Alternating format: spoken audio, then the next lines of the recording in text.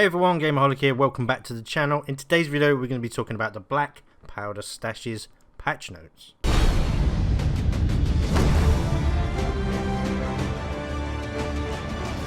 Okay, so this officially is called the 2.0.5 update, and it's all about the Black Powder Stashes. So just to summarise, Duke is challenging crews to face off rivals in an explosive new Reaper's Run. And it's again the similar sort of thing to how the Reaper's Run worked before.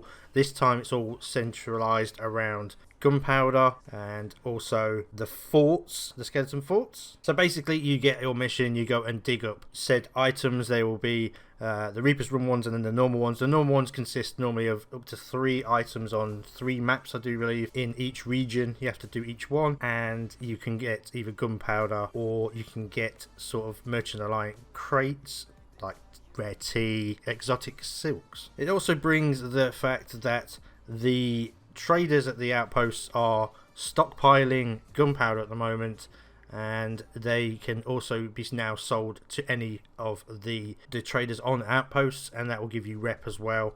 So if you need a certain thing to get towards Pirate Legend, for example, you could obviously sell them to the gold hoarders this time. There's also a lot of extra Mermaid Gems. I played it last night. Mermaid Gems everywhere, floating on the sea swept onto the sand. So yeah, go out there and find those extra Mermaid Gems that can now be part as well of the sunken ships, along with, I think, gunpowder, I think was in there, and some other bits and pieces that previously wasn't in the sunken ships. Obviously with the new Reaper's Run event or voyages, there's some new cosmetics as well that you can cash in for those doubloons. We've got the Reaper flag, the inevitable Reaper sails, and we've got the mercenary figurehead, which is like a scorpion, which is really awesome. Very much similar to how we think it's a scorpion anyway, very similar to the flag of the mercenary. So we also have had some quality of life improvements, some game balancing. The hunters call rewards and now is boosted, so you get more gold for handing in your fish and rep as well. We've also got the skeleton lord rebalancing, and it's like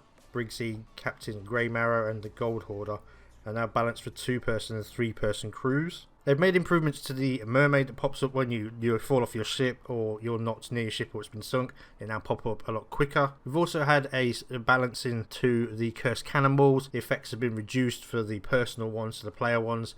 Some of the non-personal ones, the ship ones, are also had a few changes as well. Full details obviously on the Sea of Thieves website. Go to the forums if you want to go into a little bit more detail. They've also rebalanced the Megalodon, and apparently now you've got a wide balancing pass on the Megalodon encounters in the world. When encountering a Megalodon, you should be able to identify its personality on how they act around the ship and how they attack it. I think this was done for the sloops and the brigs. It also now, when you kind of go near the rocks, it used to stay for ages and you hear the noise. Now it's a lot quicker and it disappears, which is pretty cool. They've also changed the sloop mast damage.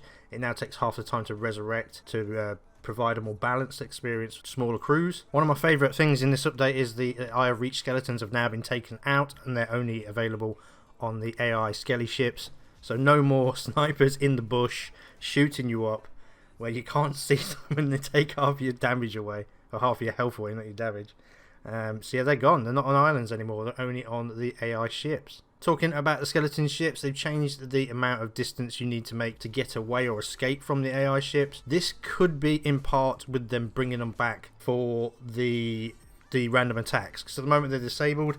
I can see this step being put into place for that to come back. So when chased by an emergent skeleton ship, crews no longer need to put so much distance between them before the skeleton ship decides to let you escape. 2 things here for the Devil's Roar. We've got the volcanoes encountered in Devil's Roar do not hit the ships as often, and the geysers at Morrow's Peak outpost have been definitely reduced. They don't spawn as much as they did, because it was kind of a bit of a nightmare when trying to hand in your items, and you kind of got thrown up in the air a lot.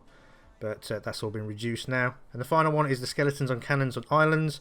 When you've killed them, they take longer to return, and apparently they are also less accurate because they had some mad aimbot going on.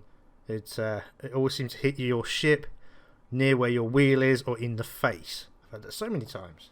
Again, there's some more accessibility improvements. I'm not going to go through them all. Like I say, if you want to find them, go to the forums and read the full patch notes. I'm just giving the main things that people are probably going to notice. There is now a tap to interact feature that has been added. if you go to the settings and the accessibility settings, you can now change it so that instead of holding X, if you're on console, you can then just tap it once and it does the holding part for you, which is actually quite cool. I was using it last night. There's now a hatch on the sloop. I'm not sure about the other ships, but where you first come up the stairs from the bottom, on your left you got that bit where you throw the water out. There's now these hatches that can obviously protect you a little bit further if you want to put them down. But I did notice that if you do have them down and you chuck the water, it doesn't actually chuck the water out the boat, so you have to go to the back of it if you have got them down. So be warned. And the final thing I'm going to talk about today in the patch notes is another favourite of mine, is now you can dig on islands and you can get bait. So no more having to scramble or going from outpost to outpost, seapost to seapost to potentially get the most amount of bait that you need to do for your fishing. You now can dig up the islands and you get certain bait depending on where you dig. I'll do a little video, I think, guide for that in the future, so I won't go too much into how it works, but when you're just digging around, you will notice now that you get bait as well, which is pretty handy. So what do you think about this new update, these patch notes? Do you like what they've improved? Are you happy with the event? I know it's made it a lot more risky out on the seas at the moment, but let me know your thoughts in the comment section if you like all the improvements, and which one's your favourite. If you do have a favourite, let me know also there as well.